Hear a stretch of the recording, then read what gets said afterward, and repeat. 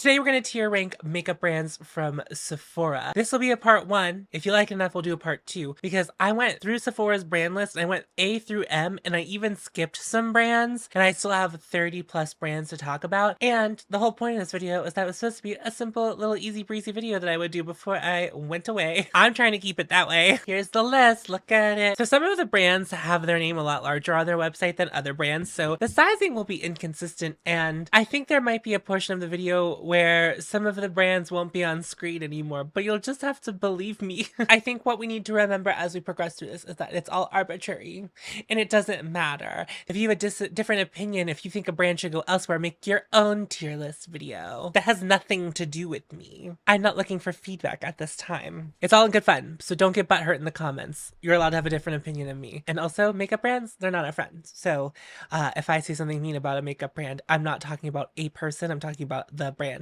And the brand is not a person. It can't have feelings. It's simply an entity. So I have a couple different tiers. You Are Perfect would be like a brand that I really, really like for whatever reason I decide. Slay Bitch. This is still a really good place for a brand to land. I really like you. For the most part, you make a lot of things that I either have purchased and enjoyed or that I would purchase and enjoy, or I just like your vibe. I like your vibe from across the bar. Then we have Oh Honey. So basically the last 3 are varying levels of flop. If you're not Slay Bitch and if you are not perfect, then I don't care about you. Unfortunately, this is where a lot of these brands are gonna fall. So we're gonna just have to like go with the flow here a little bit and just take it as it goes. Oh Honey, it would be a brand that might have a couple of products that I've either tried and enjoyed, but for the most part, the brand is just not, doesn't really matter to me. Flopera. These are brands that maybe at one point were really, really good and now they're not good and I don't really have a ton of interest in them. And then we have Divine Rose 23,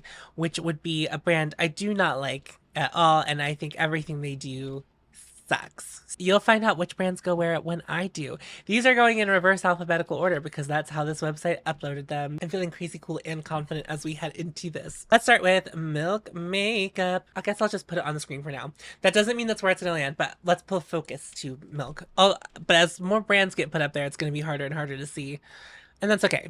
We're just gonna have to accept it what it is. This isn't perfect. I've never done this before. Leave me alone. So Milk Makeup is just like a, it's just like a, what is it doing? I think there's a couple entities happening within Milk Makeup and none of them agree. So they kind of, I feel like a lot of their prep stuff is like designed for full coverage matte things, but then a lot of their products, at least a lot of their complexion products, maybe minus the concealer, which I've never tried. I feel like Milk and Glossier used to be like very similar entities, and now I feel like Milk Makeup is trying to make a name for itself, but it's just confusing itself and its customers. I don't know that Milk has a brand entity anymore. They're here, but like I don't know, like there's no, you know, like a lot of brands, you'll be like, you'll point, well, I'm my Sephora brain is on, my former Sephora employee brain is on. If people were asking for a specific type of product, so like, for example, if someone came into Sephora and they were like, I want really playful, fun, colorful makeup, I would take them to Too Faced, right? Or if they came in and they were like, I'm looking for like clean makeup that's going to be really good on mature skin, I would take them to Ilia. Who am I taking to Milk Makeup? They've had a couple trendy viral makeup products, but a viral makeup product is not a good brand to make. I'm gonna say that Milk's in their flopera. I feel like they used to have a really distinct cool vision and I think now they don't, and that's really bad. At a time where individuality is really important, a brand that has no personality whatsoever and people can't figure out what they're trying to do is bad. And so they're a failure, actually. But they make it out of Divine Rose because I think they do sometimes do get it right. And I don't even mean that like they make a viral product that does really well for them. I just mean that sometimes they make a really good product. I think the Grip Primer is a really good primer and for very specific people. It's not for me. I don't need that kind of thing. It's not the kind of makeup I do anymore. But like the people who like that kind of grippy thing, it's there for them. They have it. Let's look at Makeup by Mario. Can I change the size of these once they're in here? Certainly can't. So Makeup by Mario is going to take up a lot of real estate space. So thank you so much for that, Makeup by Mario. I really appreciate that. That's really great that you did that. Makeup by Mario is, it's a really well-rounded brand. And I think Mario really thinks he's put something together that is really thoughtful. I think he made a mistake with the white packaging because unfortunately his brand looks disgusting in a Sephora display. I've never seen a Makeup by Mario display look good. And I mean, I was there when we put that display up whenever this brand launched, and I feel like it only looked good like until one person swatched something and then everything looked like it was covered in mud. So I think that was a mistake from a branding perspective. So Mario, listen up. Change everything about your brand. He released those cream products that have the shitty brush on the other side, and I like don't understand that, especially as like a makeup artist. I don't understand that as part of your vision. Who's that for? Because a pro makeup artist is not going to use that brush. So it's not a pro makeup decision. But then you're confused about who you're selling to, because sometimes you'll make a product that very distinctly feels like you made it as a makeup artist with other makeup artists in mind, but your product is sold in Sephora and you don't really have like delineation of like what you intend for to be professional and not. And not that people who aren't certified professional makeup artists don't know or can't use things designed for professional makeup artists. I'm just saying, I think he gets confused sometimes about who he's making product for. And I also find that very confusing. If he just started like getting it right, I think he would start getting it right. I think he makes products that are too specific and don't have broad appeal. He's done really well with the makeup items that have had broad appeal. I feel like his blushes, like I feel like all the stuff outside of his complexion products have like people generally like them. I feel like no one's really picking Makeup by Mario stuff as their favorite unless it's that cream bronzer. So I'm gonna put this in Oh Honey, because like you could be better. Actually, you should be better, but you're not quite there. I don't think you've lost the plot. Makeup Forever is an interesting one because they reformulate a lot. They kind of like the opposite of Mario, very clearly just want to sell to professional makeup artists, but realize that they are sold in stores where there's going to be a general market. And so then they don't know how to make things fun. And I think I would respect them more if they were just like, we're a professional makeup brand and we are in Sephora. And if you like some of our products, great. If you don't, well, then it's not made for you. And I think that would be better. But they reformulated and the packaging, all of it seems very confused. I think the thing that people really mostly talk about them now are those like blush and complexion palettes that are like cream palettes with 12 pans of product in them. I would never use that. And like, I'm not a makeup artist, but it's like they designed them, I think, to sell to the mass audience because that's the people who are talking about it. They're sending it out in PR with the idea that influencers will talk about it. But like, I just think most people don't have a use for it. Some people do. Like maybe if you are someone who travels a lot and you really like the Makeup Forever product, like that could be really worthwhile because you're just like, that is what I'm taking for complexion, which makes everything really easy. I think if they just stuck to making stuff for makeup artists, I think they would fare better. I think whenever they try to do the crossover and like make a cutesy palette or whatever, I think that's where they get like lost in the sauce. They still obviously make a lot of people's like quality, stuff that they come back to again and again. So for that, I'm gonna put Makeup Forever in Oh Honey. Like honestly, it probably deserves to be in like Flopera or Divine Rose 23, but I think for the most part, it knows what it is and mostly tries to stay in its lane. It makes the mistake of trying to market something that I think they know and we know that isn't for like the mass audience, and we're just like, okay. I don't know. I don't think Makeup Forever is ever trying to do what Makeup by Mario or what Milk Makeup does. Like, I don't think Makeup Forever is going to purposefully try to make a viral product, where I think that Milk Makeup, that's what they want to do. That's all they want to do. LYS Beauty, we'll keep it brief. I don't know a lot about the brand other than I hate that their packaging is triangular. I've seen so many people complain about the packaging, and not that it's not good, but just the shape of it and size of it. I like that they are like that mid-tier range. A lot of people really like the price point for it. In Sephora, it's nice to see something at that price point. I think that's cool. I also like that it's a Black-owned beauty brand. I just don't think that they're ever going to be a brand where, I don't know, I've seen some people have some favorite products from them, but for me, it's like, I don't know. I don't even know what they would have to do for me to want to buy something from them. I recently was on, well, I guess they haven't aired this side of the podcast yet, but I was recently talking to a friend. Well, how about we'll say it like that. I was recently talking to a friend about how and I think I talked about this in another video, like unpopular makeup opinions, that like that price range just misses me. When I think of a drugstore product, I think like, oh wow, this is so cheap and it's so amazing, how great.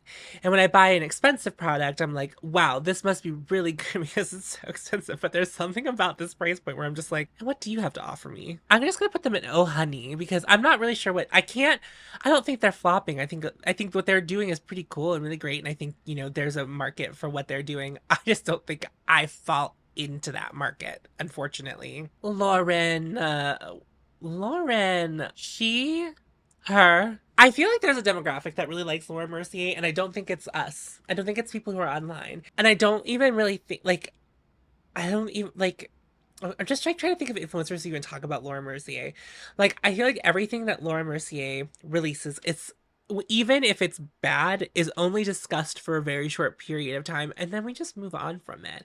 And we don't know what's going on with her. Like, she'll release some stuff sometimes. I think a lot of people have some staple products from Laura Mercier. I couldn't tell you what like their hero product I guess would be the powder, but like they give you so much of it, you can't be buying it that often from them. And if you are, I would suggest a cheaper alternative for a powder. Even when I worked at Sephora, I just feel like no one really talked about Laura Mercier. Like no one wanted to go to that counter unless you were talking about like the skin tint or whatever, the moisturizer, the tinted moisturizer they have. So maybe that's what keeps them afloat. I just don't know what's going on with them.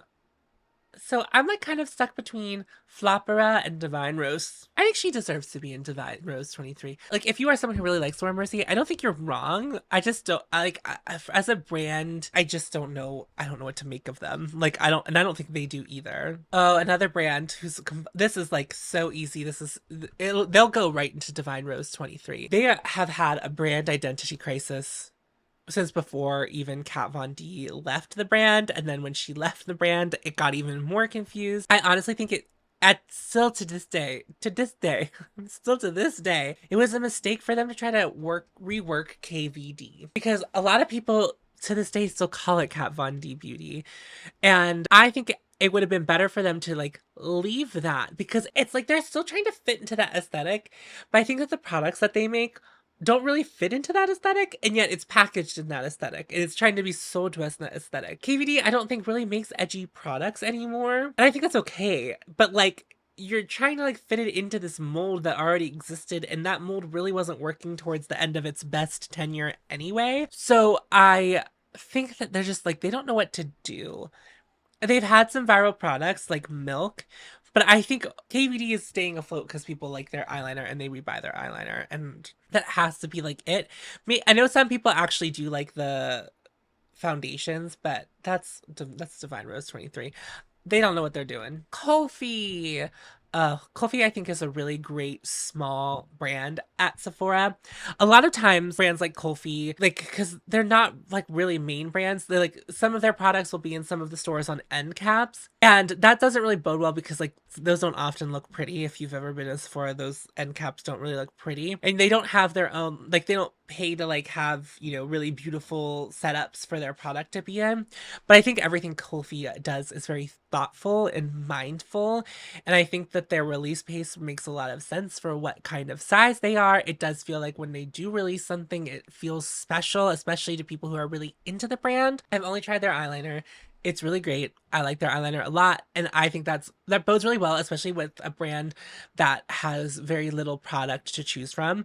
That the products that people have tried for them, people really like their concealer, people really like their eyeshadows. I think the only thing that I don't hear a lot of buzz after the fact are their liquid blushes. Like, I don't know, I haven't heard people really say that that's their favorite thing, but like, it does seem like they really are doing it. And I really appreciate that. So I'm going to put them in Slay Bitch, even though I only have one product from them. I think Kulfi, when they have the means to like, or if they even want to have a brand that is entirely well-rounded, I think it will be a beautiful, thoughtful brand. And I look forward to that. Oh, Kosas. I can't get on the Kosas train. I still to this day, I don't understand what people like about it. Like, I know personally that I know that people really love that concealer. People get on with that foundation. People love those blushes. Like, people like Kosas. Tom? I almost called myself Tata, which is what the child calls me. Tata? Does not like Kosas. They had that brand switch up where they went from like that clinical looking packaging to the bright, colorful packaging, which it's like, I don't even really dislike the colorful packaging. It's just like you switched markets all of a sudden. But I still feel like people who were like, they were originally trying to sell to are the people who like it, but now they're walking around with like neon yellow compacts. It's a really distinct and interesting choice that they made. I don't think what they do is thoughtful. I think that they tried to set trends whenever they had like that oil tint, which was not good in my opinion, but I don't think it was designed for my skin type. Kosas, in my opinion, is Divine Rose 23. I just don't like them. Kaja girl. Kaja's entered the chat. Kaja isn't for me so far. They kind of started out with like this gimmicky thing, and some people really like that winged liner thing, which I don't really think is gimmicky. I think it makes eyeliner harder. Those kind of products are not for me. I think if you have the dexterity to learn how to do winged liner, I think that will ultimately be easier for you if you learn how to do it. I think that that kind of thing is really made for people who have dexterity issues, not for me. And then they had all of, like, the blush with the stamp, and I don't care about any of that. And then I tried one of the beauty bentos and I was very just whelmed. I'm gonna say Kaja is flopera. Like, also they haven't done anything that I feel like people have been excited about recently. I couldn't even tell you, like, off the top of my head. I don't even know what their latest launch is. I feel like they often launch like little lip products. It's like their biggest output is teeny little lip products, and I'm not doing that. It's not for me. They're in their flopera. Iconic London. Oh, honey. Yeah, she's not well, is she? The thing about Iconic London is that, like, sometimes I'll get recommended stuff from them, and that's always surprising to me. I'm like, really? You use Iconic London? Why is that weird to you? And I'm like, it just kind of is weird that you would buy a product from Iconic London. I simply just don't understand. So yeah, Iconic London, really not for me. I don't get her. I don't understand her. And like the output, it's like, but what is your output? And why should I care about it? So, they are Divine Rose 23. Keeps growing and growing. Can I arrange them the way they are in here? No. Well, Lauren Mercier really wants to be at the top, and I just think that that was very wrong. It's so big. As the list continues to grow, we're gonna really run into issues. Talk about Huda. I don't talk about Huda on my channel because I don't care for the actions of the brands before recently. I think it's really cool how Huda has stood up for Palestine and has put her money where her mouth is, and I think that is so great. However, I feel like it makes me feel complicated about her because I feel like she's done some wretched things in the past, and that's kind of why I never really fucked with Huda. I didn't fuck with Huda when I worked at Sephora. I wouldn't take people to the thing unless they asked me to. Like, it's a brand that I have never really cared for because of who is at the helm. However, I want to emphasize, I'm obviously in agree with her stance on Palestine and what's going on in the world. So if you ever thought I wasn't talking about her for that reason, that's not the reason. But secondly, the second part to this conversation is, and I have featured some Huda products within the last year on my channel because someone decluttered them to me. Huda seems to make products that are just like not in my wheelhouse currently. I think when I first got into makeup, her stuff would have made a lot more sense for me to like get into. And then I like never I never really did. Like, she seems to be really, and I'm talking about the Huda brand. The coverage always seems to be very high. And I guess you're like most of what Huda offers at this point, it's still kind of complexion. Like, I know she had blushes in the Glowish line, but like, are there Huda Beauty blushes? And that's another thing, like, I don't really understand this, where the church and state starts and stops whenever it comes to the brand. I know Glowish is getting shut down, or it has shut down. I'm not sure if all of the product is gone yet. I don't think Huda's trying to make crappy product. I think she really makes products that she believes in. I just think a lot of her products are like not really my style or my jam or my thing. And I got a couple of things from her when I got Gratis and Sephora. I was never really super impressed with anything, but like, I know a lot of people really like the powder and like some of her complexion products. I'm gonna put her in Oh Honey for me. I think that there's like a parallel universe where like she would be in Slay Bitch if I like tried more of her stuff, but I don't really have an interest in that, and that's why she's in Oh Honey. Hourglass. There's never been a brand. Oh, sorry. Could you see that? I just put them in Divine Rose 23. There's never been a brand that, much like Divine Rose from Pat McGrath, and how many iterations it seems that we get of it, Hourglass is just that. It's that as a brand. I love some Hourglass products, but they are absolutely Divine Rose 23. Even despite the fact that I like love some Hourglass products, there are Hourglass products that I really like. They don't belong in the top tier. They don't belong in Slay Bitch because they simply do not. Haus Labs by Lady Gaga.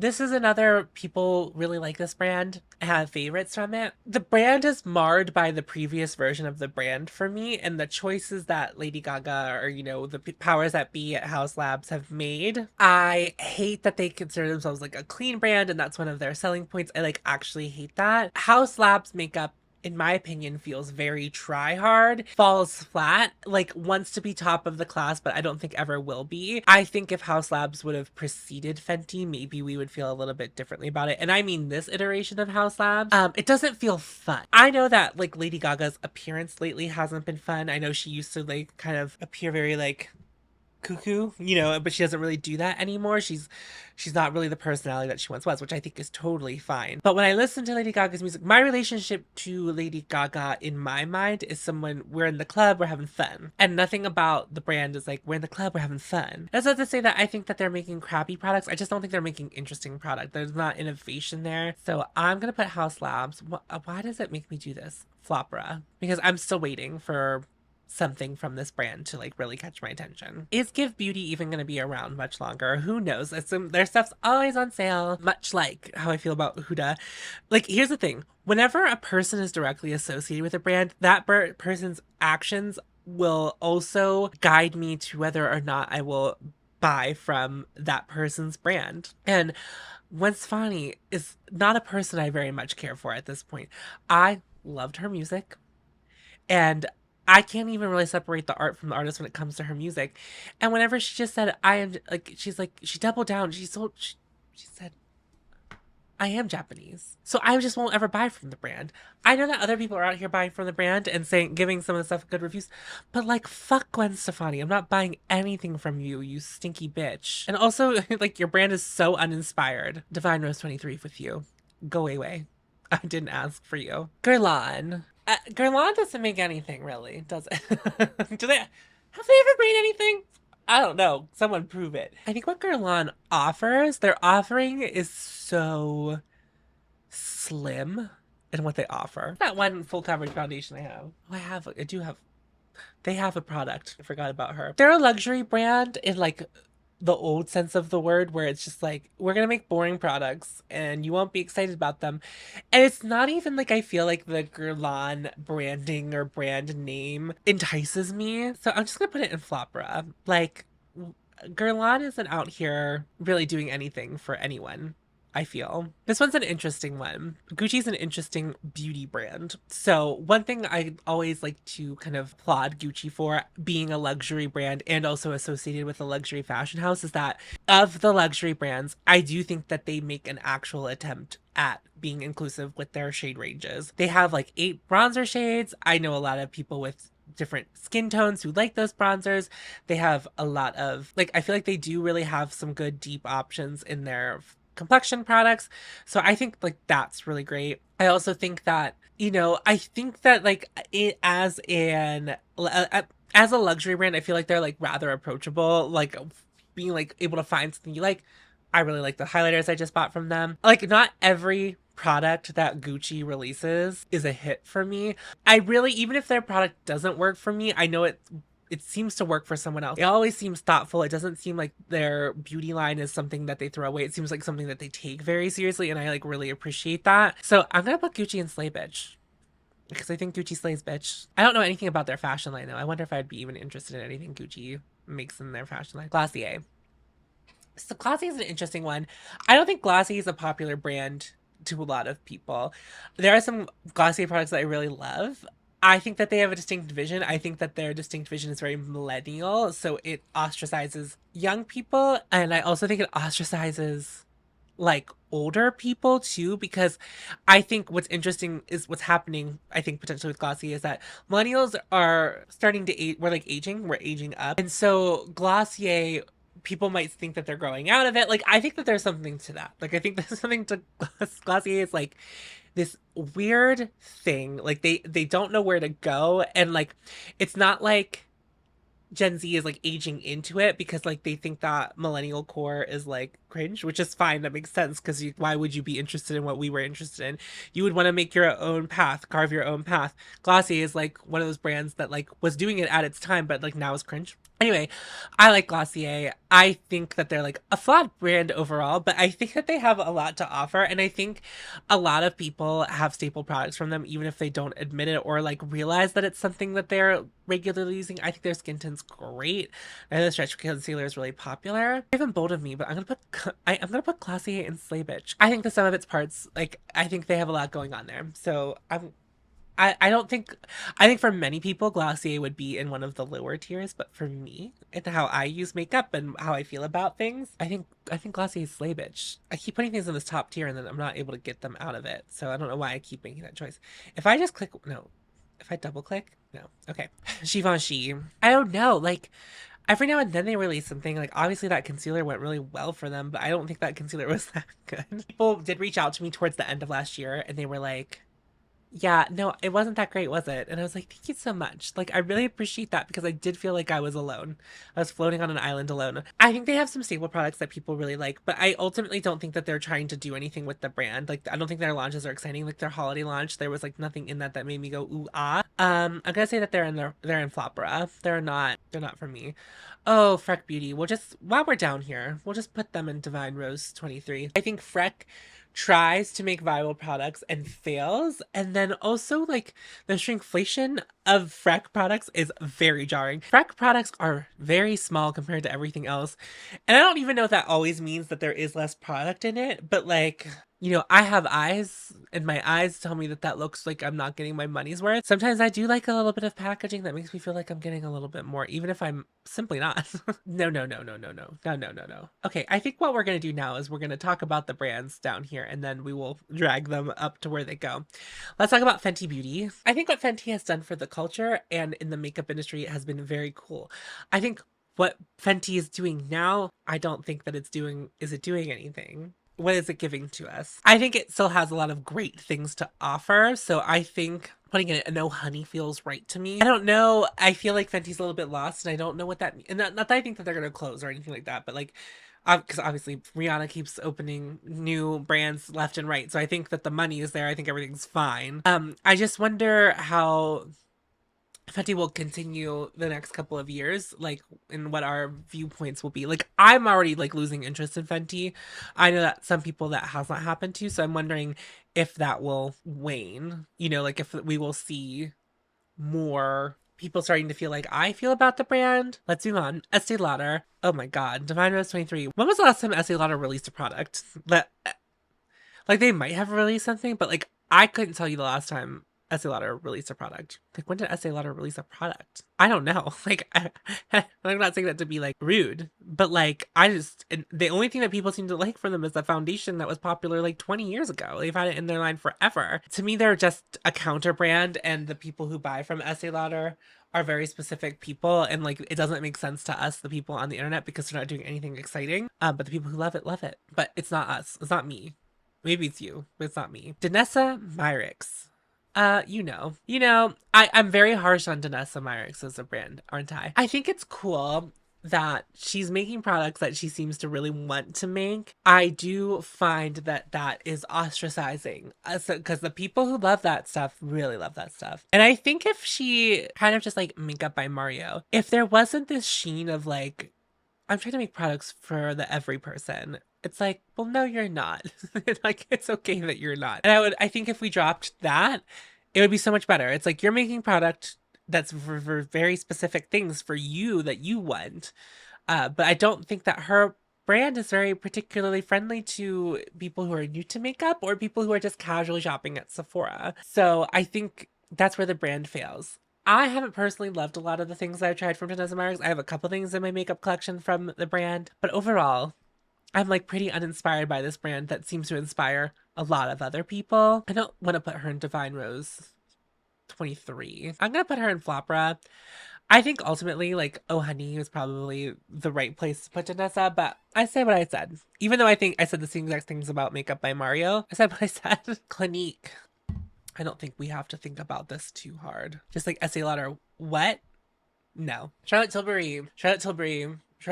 Okay, I understand the brand's not for everyone. Why it was the first brand I decided to do a deep brand review on, I still don't know. Like, I'm sure I said in that video why I made the choice, but like, I don't know why that was the first one I chose to like invest that much money into review. Because I thought I had like a take.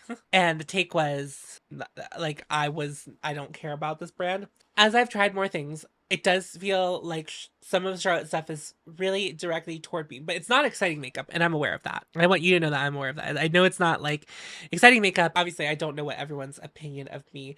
I think some people think that I'm like some, like, such as honesty moment. Let's talk about this.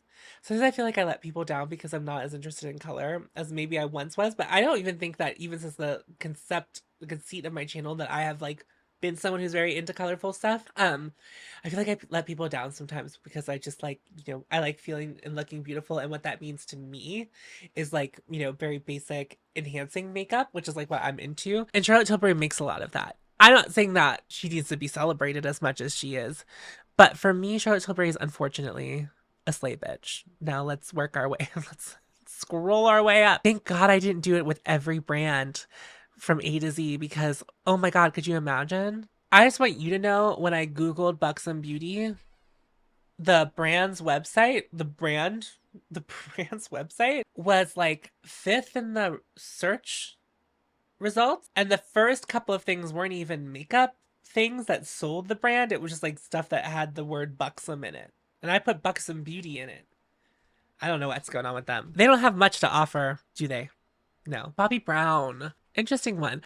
I only really love the vitamin enriched face base. I haven't tried a lot from this brand. They also strike me as a counter brand. Like, there are people that buy from this brand that we don't know about, and the conversations we have never get to those people, and vice versa. We don't know what their thoughts are about makeup. So I think that like this brand like is successful, but like we just don't think about it that way. Like, we just don't know what's going on with them. Like, I know they release some stuff sometimes, but like I don't know that they're very interesting. Like, I haven't bought anything from Bobbi Brown other than the vitamin enriched face base, and then also the eyeshadow stick. That's an already popular product. I think Bobbi Brown firmly belongs in Flat Bra. Like, I don't think they're going anywhere, but I also don't think that they're gonna ever do anything interesting or innovative. And that's okay, but it's also just like, well, then I probably won't. Because sometimes, here's the other thing. Sometimes I feel like when brands release something that feels unique and like you can only buy it from them, whenever they do decide to innovate, it makes me, and maybe you feel this way too, it makes me pay attention to like old things from it makes me like deep dive on old stuff from the brand, and it makes me more inclined to try other things from the brand if they get me my foot in the door with something really, really good. And like, Bobbi Brown just hasn't made anything that got my foot in the door other than the face base, but that's not a makeup product. It's like a primer. I mean, I think it's technically supposed to be used as a moisturizer, Benefit. I've used some Benefit products before when I had eyebrows. I didn't mind them, but like, they never felt like, I never fell in love with an eyebrow product and I felt like I had to come back to it. Like, I never got so into my brows where I was like incredibly picky about what products I put in them, which I know a lot of people have a lot of strong opinions about their eyebrows, and I never felt that way. And like, obviously now it's like, no, I clearly don't. The thing that Benefit nails is a lot of people view their eyebrow products in really high regard.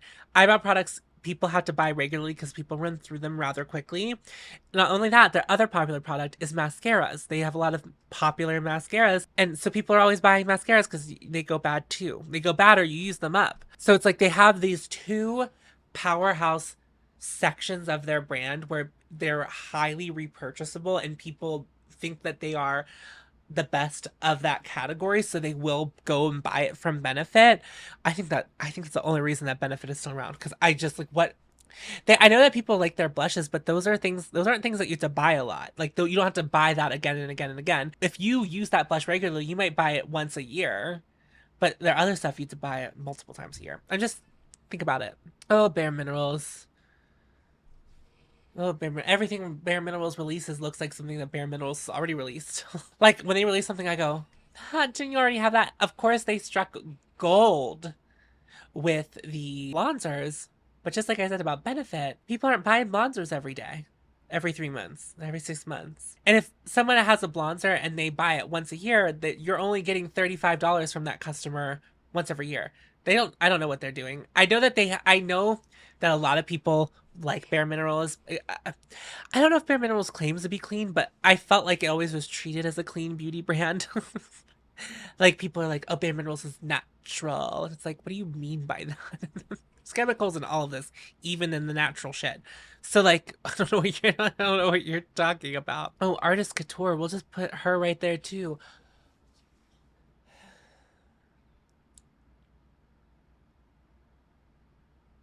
Yeah, and we'll just move on, okay? Ami Collet. I haven't tried anything from Ami Collet. I have seen other people very much rave about Ami Collet, and I'm excited about the brand. It feels like very much like LYS vibes. I'm so happy that the brand exists, and I also love that like Ami Collet is kind of like cornering itself as like a luxury brand for people who have dark complexions and like almost exclusively, which is great. Like I love that. Like I think that's so cool. And I feel like, like I guess I just like what they're doing. It doesn't feel like they're trying to pander to anyone, if that makes sense. Like we've had a couple seasons. Like I think I don't know how long the brand's been around, but I feel like Ami Collet has come into the YouTube consciousness. I would say in the last couple of years, even though it now is in the consciousness, and maybe they send out PR to people. I never feel like it's not like they like rush to make an eyeshadow palette because that's what everyone else sells during the holiday season. It's like they know their lane and like they seem to be really into like complexion products, which yeah, none of the shades would match me, which is fine. Love that. Love to see it. Love to see it. I'm not really sure where I put them though.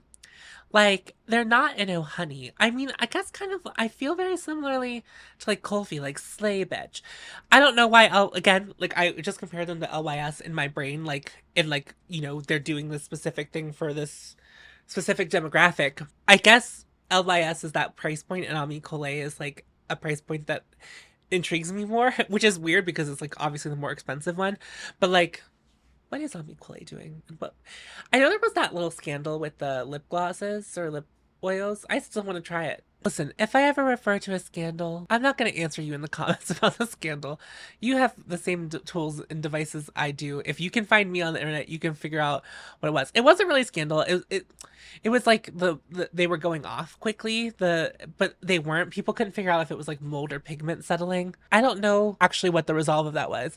All I know is that I saw people's with the ones that were turning or not turning or the pigment was settling, and I still was like, I'd buy that. So it didn't really deter me. And then we have Merit. I don't know if this video is going up before or after the partnership. I did partnership recently with Merit, which is great. I was very excited about it. And I like a lot of stuff that Merit makes that doesn't automatically make them You Are Perfect. Because I don't think that they are. I think that Merit, what I appreciate about Merit, and this is like exactly why I took the sponsorship with them. I like that like their whole thing is kind of like keeping things curated. Like you don't need everything. Like your makeup should fit in this little bag. Obviously, my makeup collection will never fit in that, and I don't think anyone should have the expectation of anyone to like have a specific makeup size. But the idea of like putting forward like thoughtfulness and like into a curated makeup collection always like really sparked joy in me. A lot of what Merit makes is beautiful, and then some of them are clunkers. Like I don't like their lip oils. Like I never really liked their lip oils. They weren't for me. I love their complexion stick. I really like the highlighter stick. I'm glad I got to try it larger swath. I think their lipsticks, both of them, the matte one's not my favorite, but like I think it's still a beautiful formula. Like I just don't like matte lips right now, but the signature lip is so incredible. I think they're doing things that are incredibly thoughtful, and I also think that they are sticking to their guns about like the client that they want. They're going to be like making things for the people who are going to like the things that they make, but I don't think they're going to try to like go beyond that. And I think that's okay, because I think the people who are going to be into that kind of thing are really just going to continue to love it. And then I think every now and then Merit will strike gold and like make something that like more universal that more people might like. I think Merit is slay bitch. I know that they're like kind of a sleepy company to other things, but I think where I'm at with makeup, what they're doing is more aligned with like what I'm interested in. And I think there was a time where Merit would have ended up in Flopera, but I think as my tastes have changed, what Merit does is much more interesting to me. And I don't know, like I think their flush, I think a lot of their stuff's really easy to use, which I also think there's something to be said for that. None of it like feels like a mystery when you get it in your hands, like how it's supposed to be used. The light bronzer shade, I know that whenever I first tested it, I was like, oh, this looks really good. I now hate it. I don't like the color. I don't think the formula is bad, but I don't like that color. So that's it. That's the tier rankings. Thank you so much for joining me on this ride. I will do a part 2 if you are interested in a part 2, but we'll see. Anyway, let me know your thoughts down below. Did I get anything wrong? Let me know. Anyway, if you enjoyed today's video, I really appreciate you watching, and my channel is mostly devoted to helping myself and help you be more discerning about the makeup, fragrance, and fashions that you are buying. If that sounds like something that you're interested in, I would love to have you subscribe. Make sure you like this video. I have channel memberships and Patreon linked down below. If you're into that sort of thing, there's no pressure to join. It's just a different way to support me, not a better way to support me. But thank you to all my current members and patrons. You're absolutely the best. In the pinned comment down below is a link to help a family in Gaza. If you have the means to help them, please do so. And that's going to wrap up the video. Remember to follow your hope, and you'll find me. And I'll see you in a video soon. Go forth. Tits out.